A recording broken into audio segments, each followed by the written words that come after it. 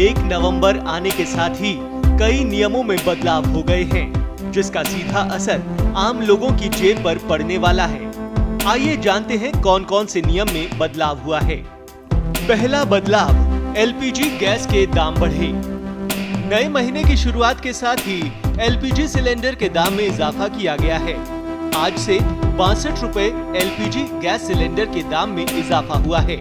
Oil कंपनियों ने 19 kilo वाले कमर्शियल एलपीजी सिलेंडर के दाम में इजाफा किया है, जबकि 14.2 किलो वाले घरेलू सिलेंडर की कीमतों में कोई बदलाव नहीं हुआ है। दूसरा बदलाव, एटीएफ और सीएनजी पीएनजी के दाम। एयर टरबाइन फ्यूल एटीएफ के दाम में संशोधन किया गया है। बीते कुछ महीनों में हवाई ईंधन के दाम में कटौती देखने को मिली है।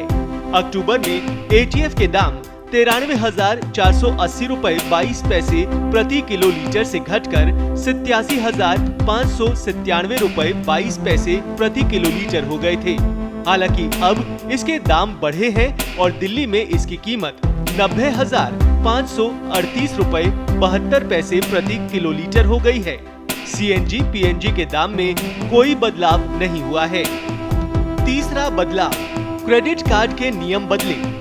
स्टेट बैंक ऑफ इंडिया की सब्सिडरी एसबीआई कार्ड्स ने एक बड़ा बदलाव लागू कर दिया है, जो इसके क्रेडिट कार्ड के जरिए यूटिलिटी बिल पेमेंट्स और फाइनेंस चार्जेस से जुड़े हुए हैं।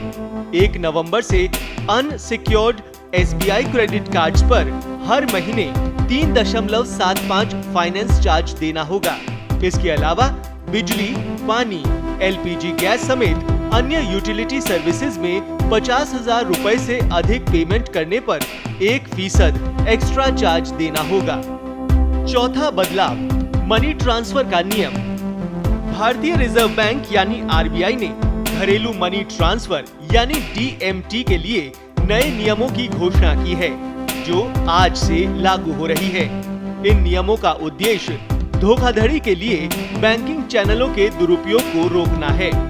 पांचवा बदलाव, ट्रेन टिकट बदलाव। भारतीय रेलवे की train ticket advance reservation period यानी एआरपी, जिसमें यात्रा का दिन शामिल नहीं है, 1 नवंबर से 120 दिनों से घटाकर 60 दिन का कर दिया गया है। इस संशोधन का उद्देश्य टिकट खरीद प्रक्रिया को सुव्यवस्थित करते हुए यात्रियों की सुविधा को बनाए रखना है। छठा बदलाव, यूपीआई की बढ़ी लिमिट। 1 नवंबर 2024 से यूपीआई लाइट प्लेटफॉर्म में 2 बड़े बदलाव हुए हैं। अब यूपीआई लाइट यूजर्स ज्यादा पेमेंट कर सकेंगे।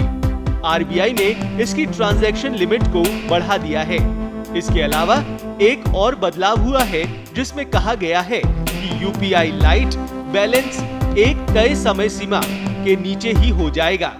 नए ऑटो टॉप अप फीचर से यूपीआई लाइट में फिर से पैसे ऐड हो सकेंगे। 7वां बदलाव, बैंकों में 13 दिन की छुट्टियां। नवंबर में बैंक कई मौकों पर बंद रहेंगे। नवंबर में कुल 13 दिन बैंकों की छुट्टियां रहेंगी।